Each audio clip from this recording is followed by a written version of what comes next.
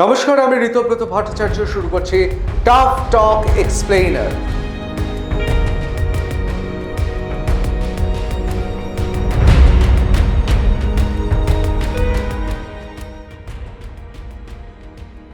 যা হওয়ার ছিল তাই ঘটলো, তাই নিয়ে আজকে আলোচনা।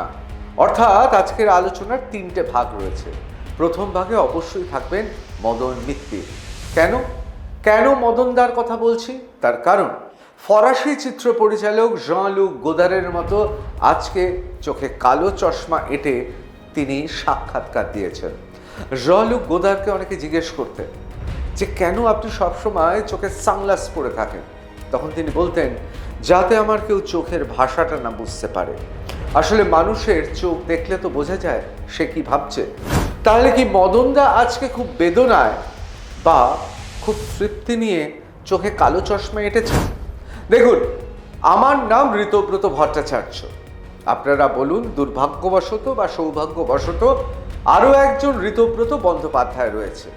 আপনারা বিশ্বাস করুন, অনেক রথী মহারথী আসলে যে কালীঘাট তৃণমূল ভেঙে আসছে সে খবর বিলক্ষণ আমি আগে পেয়ে গিয়েছিলাম।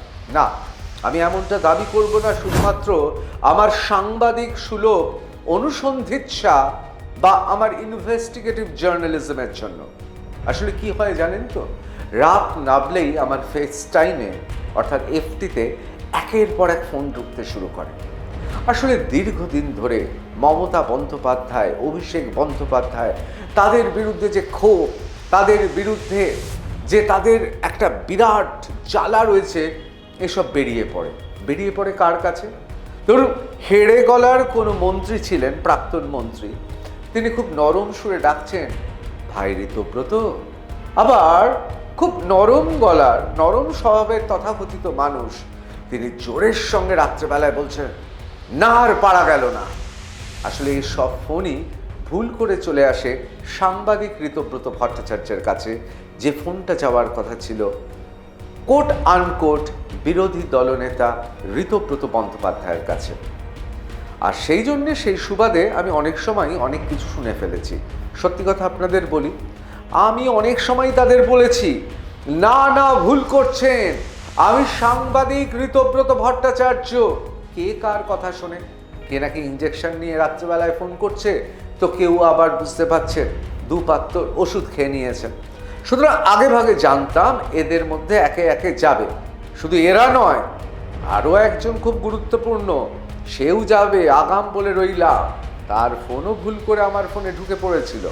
যাই হোক, যে আলোচনায় আমি আজকে প্রথম অংশটা টাফ টক এক্সপ্লেনারের জন্য বেছে নিয়েছি, সেটা হচ্ছে মদন মিত্রের এই মুহূর্তে যারা বলছেন যে চটির চাটা তৃণমূল ছেড়ে বালিশ চাটা তৃণমূলে প্রবেশ। দেখুন, এই শব্দ দুটো খুব একটা শ্রুতিমধুর নয়, এবং এই দুটো শব্দের মধ্যে কোথাও যেন একটা দৈন্যতা প্রকাশ পায়। রাজনীতি কি এতই সস্তা হয়ে গেল? এতই কি রাস্তায় নেমে এলো? সত্যি কথা বলতে গেলে তা তো নেবেই এসেছে। দেখুন, আর বেশি দিন আমি সময় পাবো না তৃণমূল কংগ্রেস নিয়ে আলোচনা করার, কারণ এই দলটা কবে যে উবে যাবে কে জানে। সুতরাং আজকে যখন মদন মিত্র তিনি যখন প্রেস কনফারেন্স করছিলেন, তখন খুব মন দিয়ে তার কথা শুনছিলাম। দেখুন, এই মদন মিত্র কিন্তু একেবারে একযোগে সবার সঙ্গে সুর মিলিয়ে ওই অভিষেক বন্দ্যোপাধ্যায়কেই আঘাত এনেছে। আসলে অভিষেক বন্দ্যোপাধ্যায়ের বিরুদ্ধে এদের অভিযোগ রয়েছে এত দম্ভ, চাকর বাকর হিসেবে সিনিয়র দলের যারা নেতৃত্ব তাদের ভাবা।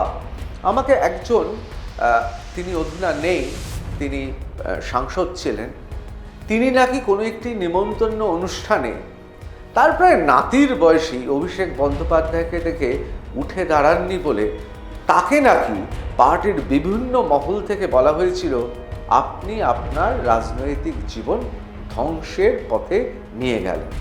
আসলে এই রকমই ভয় পেত সবাই এরা অভিষেক বন্দ্যোপাধ্যায়কে। আবার মদন মিত্র, আমি নিজে দেখেছি সাংবাদিক হিসেবে 2011 সালে পরিবর্তনের পর মদন মিত্র, এবং এটা তো আমাদের বিশ্বাস করতেই হবে, অরূপ বিশ্বাস বা অন্যান্য দক্ষিণের অর্থাৎ দক্ষিণ কলকাতার নেতাদের থেকে মদন মিত্র অনেক জনপ্রিয় ছিলেন। কিন্তু তা সত্ত্বেও 2011-তে এবং তারপরে যদি আপনারা তাকে দেখেন তাহলে কিভাবে তার কেরিয়ারের গ্রাফ নিম্নমুখী হয়েছে। একবার প্রথমে শুনে নেব মদন মিত্র কি বলছেন। যত রকম পদ ছিল, দমদম বিধানসভার সভাপতি, সাধারণ সম্পাদক, ন্যাশনাল কমিটি মেম্বার, দলের চিফ হুইপ, গভর্নমেন্ট অর্গানাইজেশনের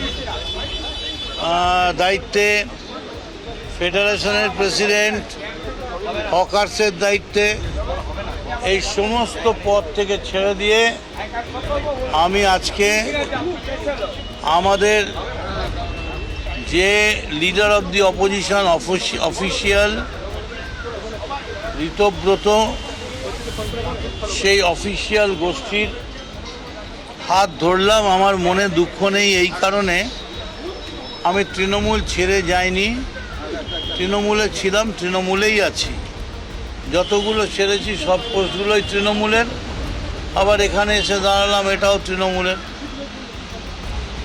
তৃণমূলের অবস্থা যদি এখনই হাল ধরা না যায় তাহলে ভবিষ্যতে কোনোদিন বিজেপিকে হারানো যাবে না। ওই অভিষেক ব্যানার্জিকে দিয়ে বিজেপিকে হারানো যাবে না। ওই হিটলারি কায়দায় প্লেন থেকে নেবে, কোমরে হাত দিয়ে 4 তারিখ দেখে নেবো হুইসেল বাজবে, এসব করে হবে না। দেখুন, এই যে কোট আনকোট, এটা আমার ভাষা নয়, এই ভাষায় কথা বলতেও ভালো লাগে না, কিন্তু বলতে বাধ্য হচ্ছি। চটি চাটা তৃণমূল, অর্থাৎ যে তৃণমূল মমতা বন্দ্যোপাধ্যায় এবং অভিষেক বন্দ্যোপাধ্যায়কে ভগবান জ্ঞানে পুজো করে এবং তাদের দাসত্ব গ্রহণ করে বলে এমন প্রচার, সেই তৃণমূল ছেড়ে আজকে কোট আনকোট বালিশ চাটা তৃণমূলে মদন মিত্র এলেন। কিন্তু খুব কি স্বস্তিতে থাকবেন? আপনাদের তো মনে আছে যে আমি একটু বলছিলাম 2011-র পর মদন মিত্রের গ্রাফ ক্রমশ কমতে থাকে। তার আগে আপনারা দেখুন 2011 অর্থাৎ এ রাজ্যে পরিবর্তনের আগে মদন মিত্র দাপুটে নেতা ছিলেন। দক্ষিণ কলকাতায় মমতা বন্দ্যোপাধ্যায়ের যতজন অনুগামী ছিলেন তাদের মধ্যে মদন মিত্র ছিলেন সবচেয়ে ক্ষুরধার। মদন মিত্রকে দেখে কিন্তু যে সে ভাববেন না। তৃণমূল কংগ্রেসের শুরুর সময় সমস্ত ইংরেজিতে আবেদন, অ্যাপ্লিকেশন, এগুলো কে লিখতেন? মদন মিত্র লিখতেন। ওনার ইংরেজিটা, বিশেষ করে ইংরেজি গদ্যটা অনেকেই বলেন খুব ভালো। আর চিঠির জন্য, অর্থাৎ অফিসিয়াল চিঠি লিখতে তিনি নাকি ছোটবেলা থেকেই সিদ্ধহস্ত। তাই এই হেন মমতা বন্দ্যোপাধ্যায়ের একজন অত্যন্ত কাছের অনুগামী, যিনি বোম মারবো 1, 2, 3 বোম মারবও বলতে পারেন, যিনি আবার ইংরেজিতে 2 কলম শুদ্ধ ইংরেজি লিখতে পারেন, চিঠি লিখতে পারেন, তার এই দশা হলো কেন? আসলে আপনারা যদি দেখেন যে মমতা বন্দ্যোপাধ্যায়ের নেতৃত্বাধীন 2011 সালে যে তৃণমূল সরকারটা এসছিল, সেখানে প্রথমে বেশ ভালোই ছিলেন, কিন্তু তারপর যত দিন যায় ততই অরূপ বিশ্বাসরা এমনভাবে ষড়যন্ত্র করতে শুরু করে যে কার্যত মমতা বন্দ্যোপাধ্যায়ের মন্ত্রিসভায় তাকে কোণঠাসা করা হয়। নেতাজি ইন্ডোর স্টেডিয়ামে কাকে ভাড়া দেওয়া হয়েছে আর কাকে ভাড়া দেওয়া হয়নি, এই নিয়ে তো কম মমতা বন্দ্যোপাধ্যায়ের কান ভাঙাননি অরূপ বিশ্বাস। সুতরাং যত সময় গড়িয়েছে মদন মিত্রের অবস্থা খারাপ হয়েছে। দেখুন, তদন্তের বিষয় ইডি, সিবিআই এরা দেখছেন, আমি সে বিষয়ে যাচ্ছি না, কিন্তু এটা তো ঠিক কোথাও কোথাও সারদা থেকে নারদায় নাম জড়িয়েছে মদন মিত্রের। আর সেই মদন মিত্রের বিভিন্ন কেলেঙ্কারিতে শুধু নাম জড়ানো নয়, তার বাড়ির আত্মীয় স্বজনকে ডেকেছে কে? ইডি। আর সেই জন্যেই নাকি তিনি কালীঘাট তৃণমূল ছেড়ে আপাতত এই বালিশ চাটা, অর্থাৎ যে কথাটা আমার বলতে বাধা লাগে বা বলা যেতে পারে ঋতব্রত পন্থীদের তৃণমূলে তিনি চলে এলেন। এই অভিযোগ করছেন কে? স্বয়ং মমতা বন্দ্যোপাধ্যায় এবং মহুয়া মৈত্র। 2004-এ আমি মাত্র একা হয়ে গেছিলাম। 2006-এ আমাদের মাত্র 30টা অ্যাসেম্বলিতে সিট ছিল, কিন্তু 2004-এ আমি একা হয়ে গিয়েও আমরা কিন্তু লড়াই থেকে পেছোইনি, লড়াই ছাড়িনি। আজকে এখনো পর্যন্ত আমাদের সাথে রাজ্যসভার 10 জন এবং লোকসভার 8 জন, 18 জন এমপি আছে, অনেক এমএলএও আছেন। হ্যাঁ, ভয়ে কাউকে কাউকে পুলিশকে দিয়ে ভয় দেখিয়ে পুলিশ গিয়ে বলছে গাড়ি নিয়ে এসছি, হয় বিজেপির কোলে জ্বালা দুলছে, কি আর বলবো, সেটিং কোম্পানিতে নাম লেখান, তা নাহলে গাড়ি নিয়ে এসছি জেলে যান। ভয় পেয়ে না তো আপনার ছেলেকে অ্যারেস্ট করবো, আপনার মেয়েকে অ্যারেস্ট করবো, আপনার পরিবারকে অ্যারেস্ট করবো।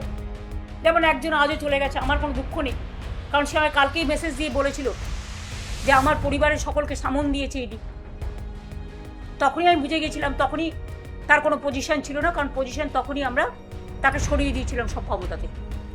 কাজে মিথ্যে কথা বলে চাতুরি করার কেউ চেষ্টা করবেন না। যাদের যেতে হয় যান, যা পড়ে থাকবে সেটাই আমার সোনার খনি। আমি 2004-এ একা থাকলে যদি নতুন করে শুরু করতে পারি, 1997-তে যদি নতুন করে শুরু করতে পারি, 2026-এও নতুন করে শুরু করার ক্ষমতা রাখি। আজকে আপনারা দেখলেন মদনদা, তিনার স্ত্রী, তিনার পুত্রবধূ, তিনার সারা ফ্যামিলিকে আজকে মদনদা ঋতব্রত গ্যাংয়ে গেছে। আমি শিবই বলবো, এই ঋতব্রত গ্যাংয়ে গেছে একটাই কারণে, যে তাকে ইডি আমন্ত্রণ করেছে, তাকে বিজেপি আমন্ত্রণ করেনি, তাকে ঋতব্রত গ্যাং আমন্ত্রণ করেনি, তাকে ইডি আমন্ত্রণ করেছে। আজকালকার বাংলার রাজনৈতিক পরিবেশ এমনই যে ইডির আমন্ত্রণে, পুলিশের আমন্ত্রণে, সিবিআই এর আমন্ত্রণে, এসটিএফ এর আমন্ত্রণে লোকে কিন্তু এদিক থেকে ওদিকে যাচ্ছে, আর বাংলার মানুষ এটা দেখছে। কোনো বিশ্বাসযোগ্যতা থাকে মানুষের যে কেউ দাঁড়িয়ে বলবে মাইকা লাল, কে বাপের বেটা, এইসব দুদিন আগে যে এইসব ডায়লগ দেয়, সে আজকের দিনে যদি গিয়ে সেই একই লোকের সাথে বসে হাত ধরে বলে, তাহলে কি এটা শোভা দেয়? আমি আপনাদের বলছি, বাংলার মানুষ সবকিছু দেখছে।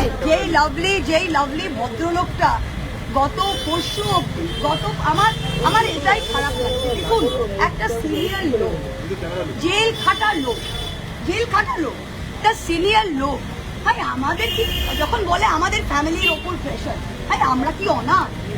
আমি কি অনাথ? আমার বাড়িতে সিবিআই আসেনি, আমাকে ইডি তলব করছে না, তা আমরা তো দাঁড়িয়ে আছি। তো অত কি ভয় ভাই? আর যাদের পুত্রবধূ, যাদের স্ত্রীরা এত ভয় পায়, তাদের আমি জিজ্ঞাসা করব, যখন আপনাদের স্বামীরা, আপনাদের শ্বশুররা যতদিন ক্ষমতা এনজয় করছিলেন, মন্ত্রী ছিলেন, তখন আপনাদের কোনো প্রবলেম ছিল না? দেখুন, তার মানে বুঝতে পারলেন তো, দড়ি টানাটানি চলছে। এখন প্রশ্ন হচ্ছে একটাই, এবং সেটাই এই মুহূর্তে বঙ্গে এবং বাংলার রাজনীতির সবচেয়ে বড় প্রশ্ন।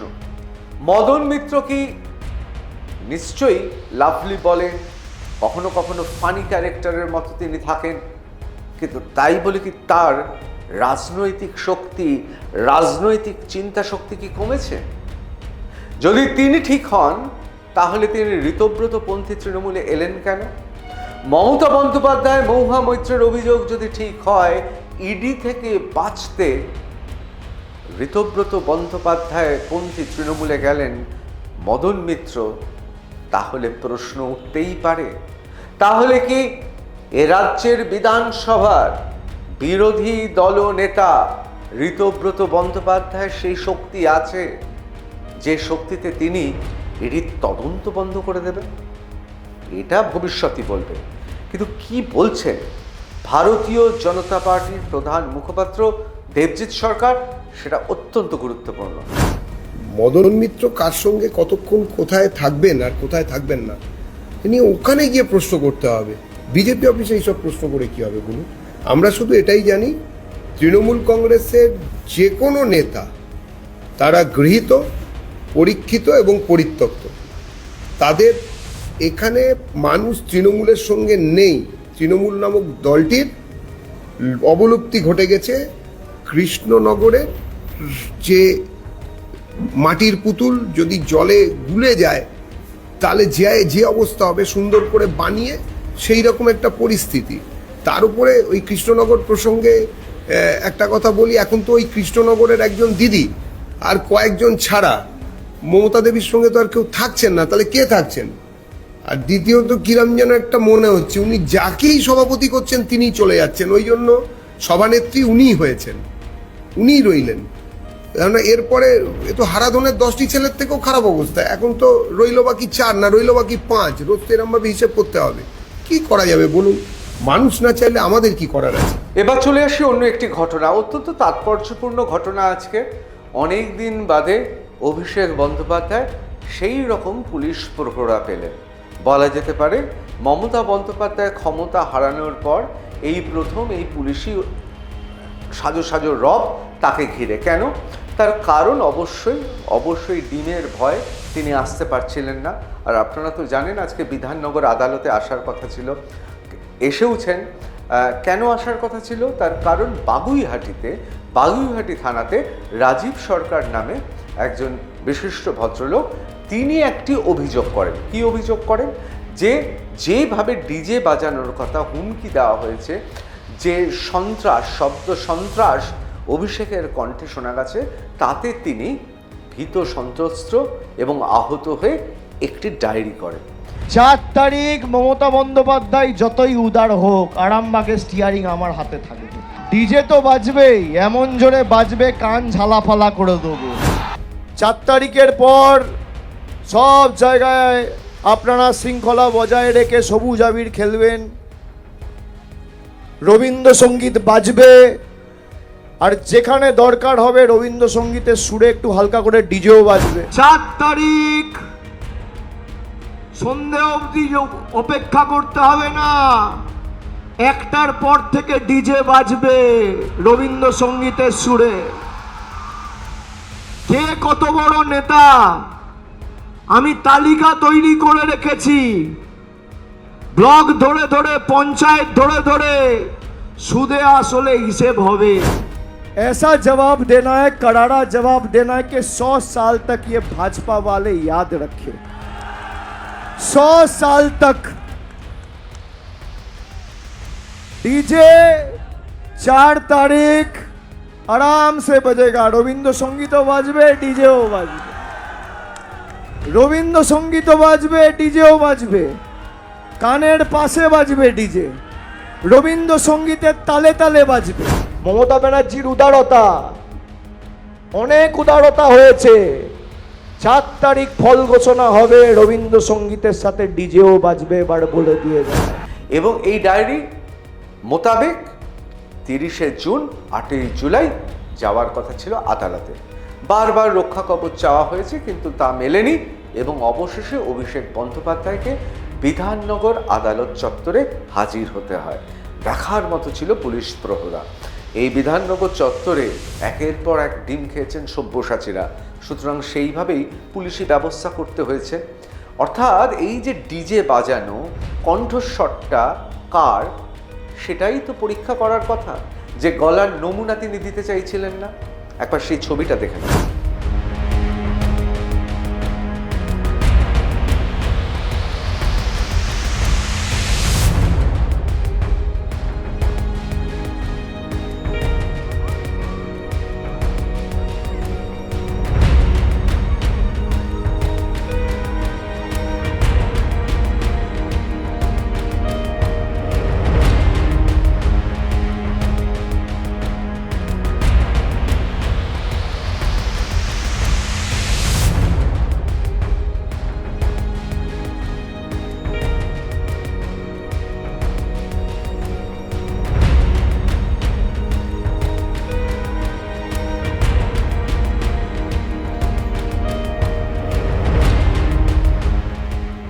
দেখুন, ডিজে কিন্তু বাজানোর কথা আরো অনেকে বলেছিলেন, যেমন জুন মালিয়া, সাংসদ বটে, তিনিও ডিজে বাজানোর কথা বলেছিলেন। 2.5 মাস বাদে অবশেষে তিনি তার কেন্দ্রে গিয়ে পৌঁছালেন। না, সেখানে ডিম্ব বৃষ্টি বা ডিমের বৃষ্টি হয়নি, কিন্তু সাধারণ মানুষ প্রশ্ন তুলেছে। আর আজকে তার শরীরী ভাষাটা একবার দেখে নিন। আমি 2.5 মাস পরে এসেছি বটে এখানে, কিন্তু আমার ডিএম সাহেবের সঙ্গে এবং আমার বাকি যারা এমএলএ আছেন তাদের সঙ্গে কিন্তু আমার রেগুলার আমি কথা বলি। আমার এলাকার লোকেরা আমাকে ফোন করে এবং যদি কোনো প্রবলেম হয় সেটা আমি ডিএম স্যারকেও বলি। সুতরাং 2.5 মাস পরে ফিজিক্যালি হয়তো আমি এসেছি, কিন্তু আমি এলাকার সাথে এখনো বেশ ভালো মতোই জড়িয়ে আছি এবং যা যা প্রবলেম হয় সেগুলো আমি ডিএম স্যারকে বলি, এসপি ম্যাডামকে বলি, আমার যারা বিধায়করা আছে তাদের সাথে আমি discuss করি। হারাধনের যেদিকে একের পর এক ছেলে চলে যাচ্ছে, এখন মমতাপন্থী বা কালীঘাটপন্থী বা অভিষেকপন্থী যে নামেই ডাকুন, অনেকে আবার কেদোপন্থী বলছেন, অনেকে আবার এই তৃণমূল কংগ্রেসটাকে চটিচাটা তৃণমূল বলছেন। এই তৃণমূল কংগ্রেসের কি হাল? সেদিন পর্যন্ত সরকারে ছিল, সেদিন পর্যন্ত কাউকে জরিনা ক্রসিং বা এসপ্ল্যানেড ইস্ট বা ভিক্টোরিয়া হাউসের সামনে কোনো সভা করতে দেননি। আর আজকে কি অবস্থা জানেন? আজকে ভিক্টোরিয়া হাউস, জরিনা ক্রসিং অথবা এসপ্ল্যানেড ইস্ট কাতরভাবে চাইছে, কিন্তু দেওয়া হয়নি। কোথায় পাঠিয়ে দেওয়া হলো? বিড়লা তারা মন্দিরের কাছে। তাহলে কি কালীঘাট তৃণমূলটা আসলে তারায় তারায় এই মুহূর্তে ভেসে যাবে? সেই জন্য আগে ভাগেই তাকে বিড়লা তারা মন্দিরে পাঠিয়ে দেওয়া হচ্ছে, কারণ সেটা তো এখন ইতিহাস না। আবার নতুন তৃণমূল যারা রয়েছেন, ওই এনসিপিআই বা বিভিন্ন যে তৃণমূল আছে, তারাও কিন্তু এই সুযোগে তেড়ে ফুড়ে উঠে বসেছে। তারা বলছে আমরাও থাকবো, আমরাও করব। সব মিলিয়ে 21শে জুলাইতে যেখানে যারা শহীদ হয়েছিল, যেই শহীদদের কথা, যে শহীদদের আবেগ, যে শহীদদের বেদনা নিয়ে আজকে 21শে জুলাই পালিত হওয়ার কথা, তা নিয়ে নাটক হচ্ছে। দেখুন, এই নাটক কিন্তু এইবার প্রথম হয়েছে তা নয়। 2011 সালে মমতা বন্দ্যোপাধ্যায় জেতার পর মনে আছে নিশ্চয়ই আপনাদের, ওই স্টেজেই পাগলুর গান হয়েছিল। সুতরাং শহীদের মর্যাদা এইসব তৃণমূলরা কতটা দেয় তা নিয়ে সন্দেহ আছে। আর হ্যাঁ, কংগ্রেস সেও ছাড়বে না। তাহলে কি এবার কলকাতায় চারটে জায়গায় 21শে জুলাই পালন করা হবে? একবার দেখে নিন কে কি বলছে। ভারতবর্ষের স্বাধীনতা সংগ্রামে শহীদ হয়েছে, তিনিও শহীদ। যিনি প্রাণ দিয়েছেন পশ্চিমবাংলায় আইন শৃঙ্খলা রক্ষার স্বার্থে, তিনিও শহীদ।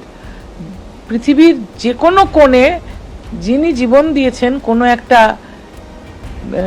বিষয়ে, তাকে সম্মান জানানোটা বাকিদের কাজ। যারা রাজনীতি করেন তারা তো বিশেষভাবে এইগুলো মেনে চলেন, এবং ঘটনাটা তো আমার চোখের সামনে ঘটেছিল। সেটা নিয়ে তো শুধু খালি আমার শহীদ, তোমার শহীদ, আজকে শহীদ মিনারের শহীদ না গান্ধী মূর্তির পাদদেশের শহীদ, সেটা নয়। আমরাও তখন সেখানে ছিলাম, এবং পৃথিবীর সকল শহীদকে সম্মান জানানোটা কর্তব্য বলে আমরাও সেটা পালন করব। মাননীয় আদালতের রায় এই সরকার আমাদের পারমিশন দেয়নি। মাননীয় আদালতের রায় বিড়লা প্ল্যানেটোরিয়ামে 11টা থেকে জমায়েত হবে। সভা আমরা 3টে পর্যন্ত চালাবো। শহীদ পরিবারদেরও বলবো দয়া করে আসবেন। আমি জানি এরা হয়তো ডেকোরেটরকে ভয় দেখাবে, মাইক ম্যানকে ভয় দেখাবে। আমি বলবো এটা না করতে। প্রশাসন যেন নিরপেক্ষভাবে কাজ করেন, এটুকু আমাদের অনুরোধ থাকবে। আর তারপরেও যদি মনে করেন এটাও করবেন, তাহলে জেনে রাখবেন আমরা কিন্তু খালি গলাতেও বক্তৃতা দিতে পারি। তার আয়োজনও আমরা করে রাখবো। দরকার হলে রিক্সায় দাঁড়িয়েও মিটিং হবে, ঠেলা গাড়িতে দাঁড়িয়েও মিটিং হবে, হকারদের ভ্যানে দাঁড়িয়েও মিটিং হবে। মিটিং আমরা যখন বলেছি করব এবং করব, এবং আগের দিন আমি নিজে গিয়ে জায়গা দেখতে যাব, এবং প্রতিবার আমি 20শে জুলাই সন্ধ্যেবেলায় দেখতে যাই, সেরকম দেখতে যাব। আশা করি পুলিশ সহযোগিতা করবেন। আর ওখানে যেন বিজেপির লুম্পেনরা বা বিজেপির সেটিং পার্টিরা কোনো রকম আমাদের শান্ত মিটিংকে অশান্ত করতে না পারে, এর দায়িত্ব প্রশাসনকে নিতে হবে। কাদা তো লেগেই আছে গায়ে। লোক কোথায় ব্রিগেডে করে? যারা নামাজ পড়তেন রেড রোডে, তাদেরকে ব্রিগেড দিয়েছিল পুলিশ, তারা করেছেন হিম্মত করে, নামাজ পড়েছেন ওখানে, এবং ভালোভাবে হয়েছে। ঠিক সেরকমভাবে টিএমসির যদি দম থাকে, শহীদ দিবস করা, ওদের সঙ্গে যদি লোক থাকে, ওখানে করুন কালীঘাটে, নাহলে ঘরের মধ্যে করুন, ছবিতে মালা দিন। আমরা তো দিই, বহু মহাপুরুষের প্রতি শ্রদ্ধাঞ্জলি আমরা দিই প্রতি বছর। তো সব জায়গায় রাস্তায় করতে হবে নাকি? সম্মানের সঙ্গে ঘরের মধ্যে করুন। দেখুন, সব মিলিয়ে আজকে তৃণমূল কংগ্রেসের, অর্থাৎ যেভাবে ভাঙছে, যেভাবে নদীর পাড় ভাঙে, সেইভাবে তৃণমূল ভাঙছে, তার আরও একটা দিন ছিল। একদিকে অভিষেক বন্দ্যোপাধ্যায় আজকে বাধ্য হলেন তিনি আদালতে হাজিরা দিতেন। তার দম্ভ, তার অহংকার সমস্ত কিছু ছেড়ে এখন তিনি আদালতে ঘুরবেন। আবার অন্যদিকে আমরা দেখলাম মমতা বন্দ্যোপাধ্যায় এখনো তার অপত্য স্নেহ, তার নিকটাত্মীয় অভিষেক বন্দ্যোপাধ্যায়ের প্রতি। তারা একটু শিক্ষা নিন, অভিষেক অনেক খারাপ আপনাদের কাছে, বাহানা হয়ে গেছে ওটা।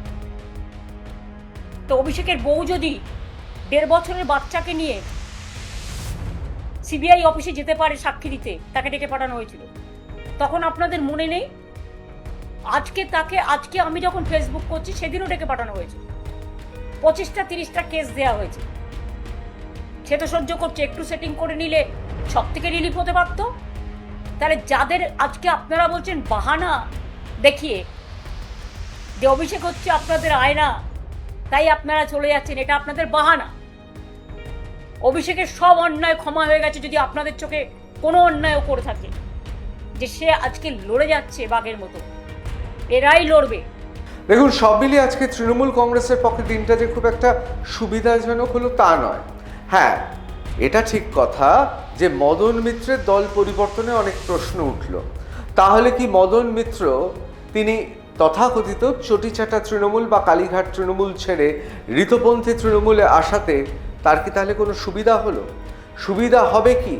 সেই সুবিধায় তার বাড়ির লোক যাদের ইডি তলব করেছে, সেক্ষেত্রে তিনি কি কোনো রকম সুবিধা বা কমফোর্টেবল কোনো জোনে পৌঁছাবেন? সেদিকে কিন্তু সবাই তাকিয়ে রয়েছে। আবার অন্যদিকে এটাও ঠিক কথা যে অনেক দিন বাদে মানুষ দেখল যে সমস্ত দম্ভ, সমস্ত অহংকার চূর্ণ বিচূর্ণ হয়ে অভিষেক বন্দ্যোপাধ্যায়কে আসতে হলো আদালত চত্বরে। আর তৃণমূল কংগ্রেসের 21শে জুলাই যেরকমভাবে 21শে শহীদ হচ্ছে, সেক্ষেত্রে সুকুমার রায়ের সেই কবিতাটার কথা মনে পড়ে যায়, 21শে আইন। এই কি লেখা ছিল তৃণমূলের কপালে? অবশ্যই এ নিয়ে বিস্তারিত আলোচনা করব। আজকের মতো এখানেই শেষ করছি। জয় হিন্দ।